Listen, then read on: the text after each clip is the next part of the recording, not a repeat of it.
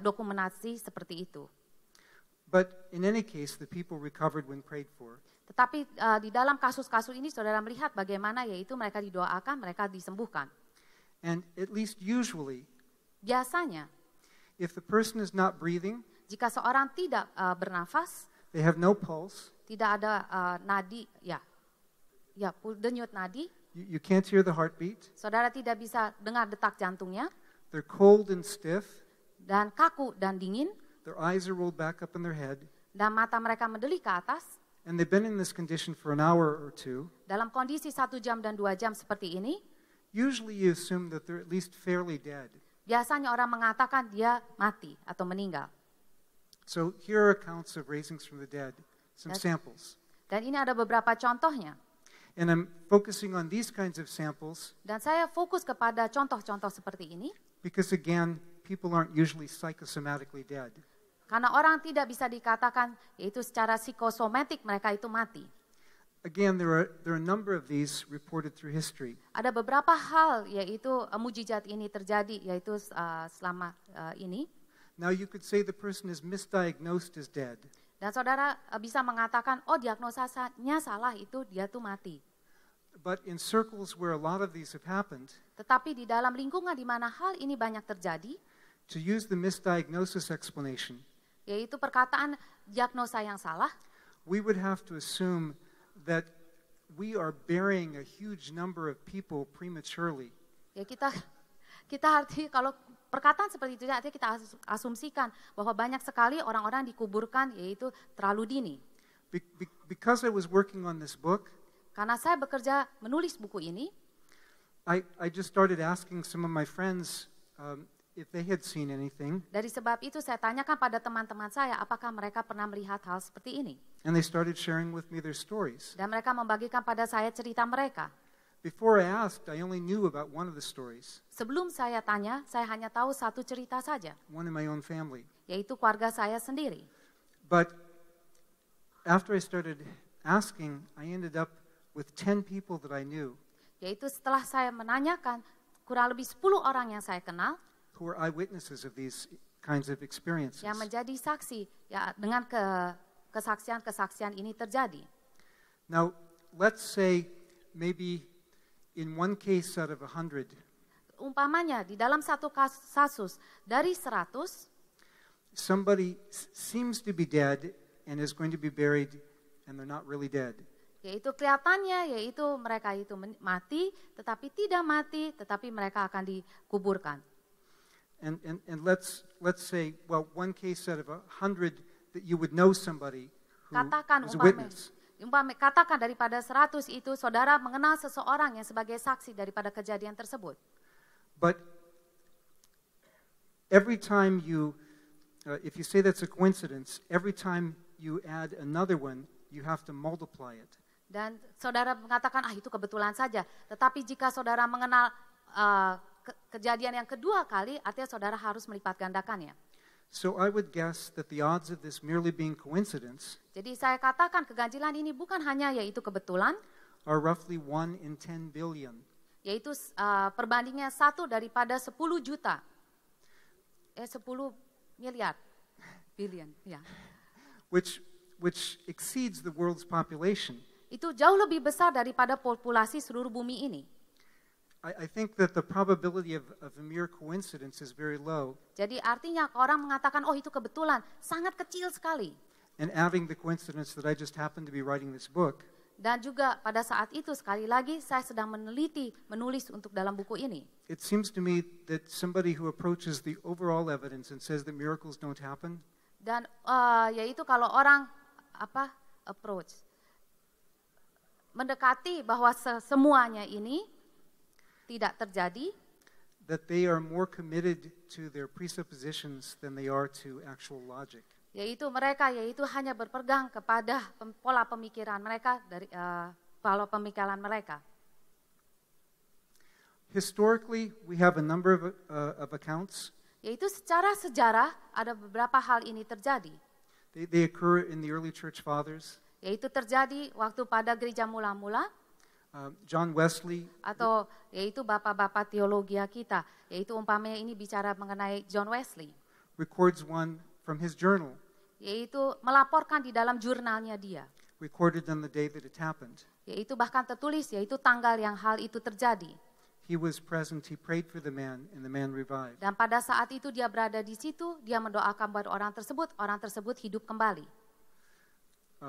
Mr. Myrick fell sick around December 15th.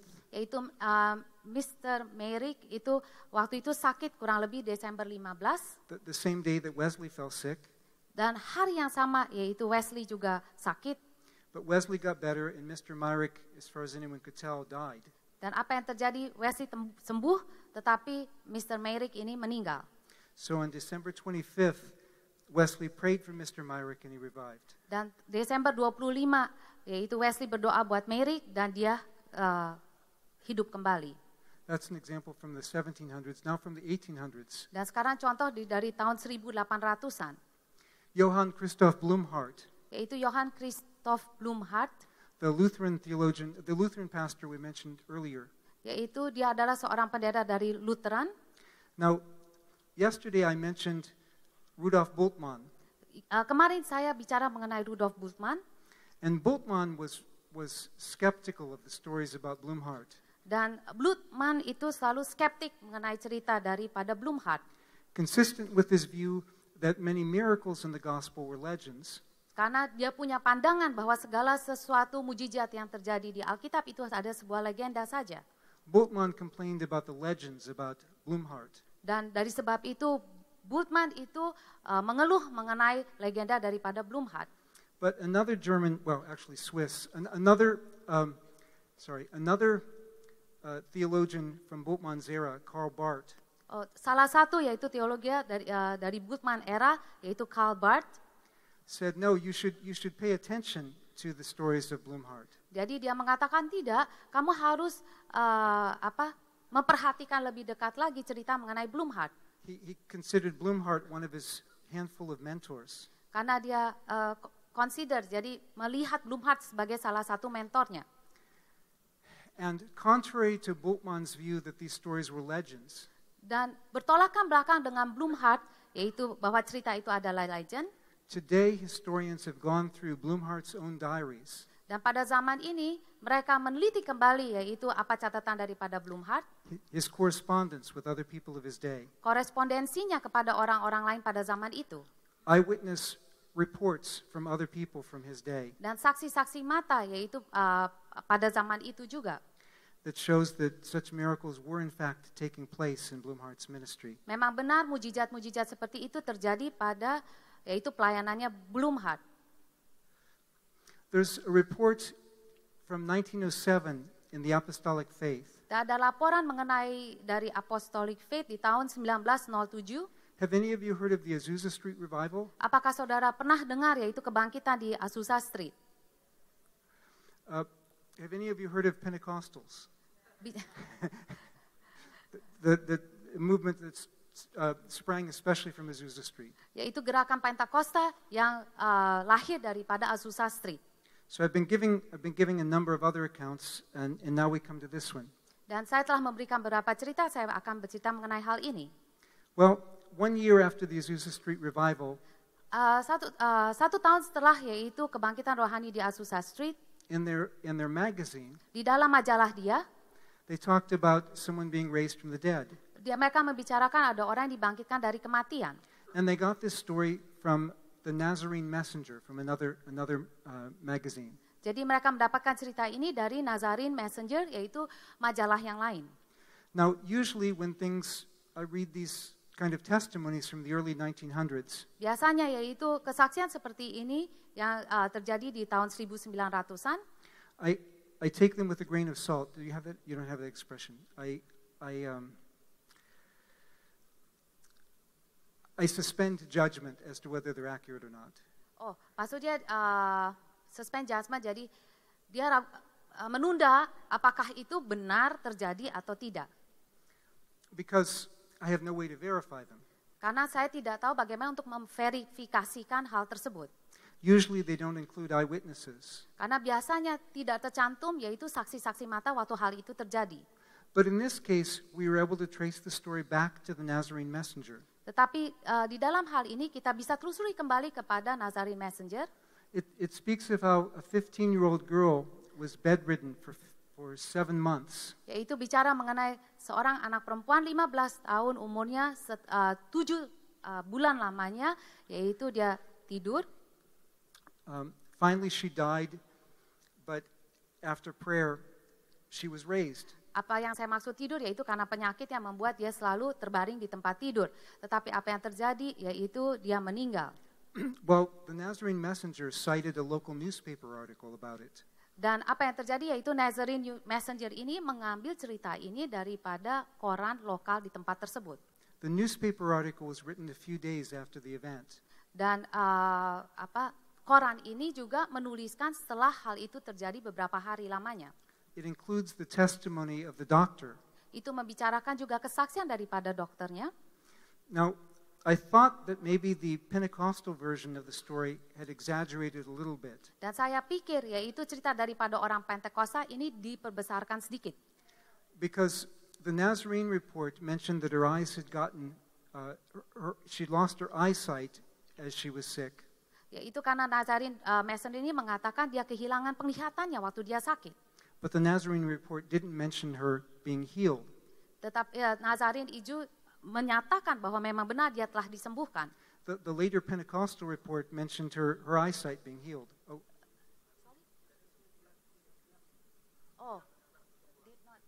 Okay. The Nazarene messenger mentioned her being blind, but it didn't mention her blindness being healed. Oh iya, Nazarene Messenger itu mengatakan memang benar dia buta, tetapi tidak menyatakan bahwa dia disembuhkan. Whereas the Pentecostal report said that her blindness was healed when she was raised. Tetapi yaitu bagian Pentakosta mengatakan bahwa dia yaitu disembuhkan waktu dia dibangkitkan kembali. So I thought maybe just a little bit of exaggeration. Jadi saya pikir itu hanya sedikit diperbesarkan. But when we looked back at the original newspaper article, tetapi waktu kita menelusuri kembali yaitu cerita korannya yang asli, it also mentioned that her eyes were healed. Dikatakan di situ bahwa matanya itu disembuhkan. So apparently the Nazarene messengers just left out that detail.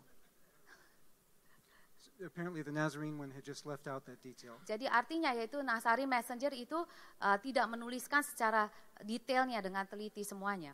And the Pentecostal paper just either knew something else or rightly assumed that she got healed. Dan koran they either had another source of information, okay, or they rightly assumed that she got healed. Yaitu dia mengatakan yaitu kalau gitu koran Pentakosta itu bisa saja dari sumber yang lain atau bisa aja menulis karena asumsi yang benar. This one comes from a friend of mine where I was doing my PhD work. Dan ini datang dari teman saya waktu saya melakukan PhD saya, kedokteran saya, studi dokter. Eric Grayo was a Pentecostal student who was doing his PhD with me. Jadi Eric Grayo itu melakukan yaitu studi dokter bersama-sama dengan saya, doktor. From an African American Pentecostal denomination. Dia adalah seorang Afrika Pentakosta. And he knew a story from within the family of a close friend of his. Dan dia tahu sebuah keluarga, yaitu teman baik daripada keluarga dia. It had never been published, but he knew the family very well. Ini tidak pernah dipublikasikan, tetapi dia tahu yaitu keluarga ini dengan baik. So I was able to talk with the daughter of Mother Eloise Jordan. Jadi saya bicara dengan anak daripada Mother Eloise Jordan. Eloise Jordan was diagnosed with throat cancer in 1940. Dia didiagnosa yaitu memiliki kanker tenggorokan di tahun 1940. Eventually she was unable even to talk. Pada akhirnya dia tidak bisa berbicara. Finally in 1949, while her daughter was at work, jadi tahun 1949 waktu anaknya sedang bekerja, Eloise Jordan was pronounced dead. Jadi dikatakan bahwa Eloise Jordan itu dikatakan meninggal. The undertaker had come to the house. Jadi biasanya undertaker, orang yang mengurus mayat itu datang ke dalam rumah tersebut. And so her daughter was called to come home. Dari sebab itu anaknya itu dipanggil untuk datang juga. When she got home, waktu dia pulang, she found out that the church's pastor, C.H. Mason, Jadi dia mendapatkan di situ pendeta daripada gerejanya, Bishop C.H. Mason, had come and prayed for her mother, Eloise Jordan. Yaitu pada saat itu datang dan berdoa untuk ibunya. And so when the daughter got there, instead of finding the body being taken away to the funeral home, jadi waktu anaknya datang ke tempat rumahnya, yaitu daripada dia mendapatkan orang untuk mengambil tubuh ibunya untuk dikuburkan, she found her mother in a pink nightgown dancing. Dia menemukan ibunya yaitu dengan baju tidurnya warna merah jambu dan dia sedang menari. Not only was she healed of the cancer, bukan saja dia sembuh dari penyakit kankernya, but she could speak. Tetapi dia bisa berbicara dengan normal kembali. Until her death from natural causes. Until she died from natural causes. Sampai dia meninggal. Iya, he can speak until until she died like 30 normally. Sampai dia meninggal, yaitu maksudnya secara normal dia meninggal. Maksudnya dia udah sembuh pulih kembali dan dia akhirnya meninggal secara normal ya. About 30 years later. Yaitu kurang lebih 30 tahun setelah itu. This one is from the Philippines. Dan ini dari Filipina. I was corresponding with Dr. Mervin Ascabano. Dan saya korespondensi dengan dia, yaitu Dr. Mervin Ascabano. He was a local physician. Dia adalah seorang dokter di lokal tempat tersebut. Working for the government in a certain area. Dan pada saat itu bekerja untuk pemerintahan di dalam beberapa area. Now you guys aren't getting bored, right? Saya harap saudara hal ini tidak membosankan, atau apakah saudara sudah bosan? Okay, all right. He was talking with the mayor. Dia sedang berbicara dengan wali kotanya. When he was called to come back to his outpatient clinic. Dan waktu itu dia dipanggil kembali untuk ke kliniknya, ke pasiennya. And as he was getting near the clinic, he heard people shouting. Selagi dia mendekat ke kliniknya, dia mendengar orang-orang berteriak. A woman there had gone into apparently cardiac arrest. She had a heart attack or something. Dan apa yang terjadi yaitu wanita di situ ada serangan jantung. And it took them a while to get her up on the operating table. Yaitu perlu beberapa waktu untuk akhirnya dia di atas meja operasi. Well, this was an outpatient clinic, so they didn't have the right equipment. Jadi yang terjadi ini sekali lagi sebuah klinik, jadi mereka tidak memiliki alat-alat yang lengkap. He was trying very hard to get her heart to start again. Dia mencoba, jadi dokter ini mencoba supaya jantungnya berdetak kembali. But all he could do was CPR. He had nothing else. Dan apa yang dia bisa lakukan hanya CPR dan dia tidak bisa melakukan yang lainnya lagi. And without going into detail, she just showed all the signs of being completely dead. Jadi saya tanpa lebih panjang lagi dan dia ada tanda-tanda bahwa wanita ini akhirnya mati. But he began shouting in the name of Jesus. Dan selalu dokter ini menjerit di dalam nama Tuhan Yesus. And suddenly the color came back to her skin. Dan tiba-tiba yaitu warnanya, jadi orang ini kembali lagi, warna kulitnya kembali lagi normal. And she sat up. Lalu dia langsung duduk. And she wanted to get off the table. Dan setelah itu dia mau keluar daripada meja operasi tersebut. And they said, no, lie down. You've just been dead. Lalu dokter ini mengatakan, tetaplah terbaring karena kau baru saja meninggal. So, they said, okay, you have to go to the hospital to be checked out. Lalu mereka mengatakan, kamu harus pergi ke rumah sakit untuk diperiksa lagi. And she really didn't want to go. Tapi sebetulnya dia tidak mau pergi.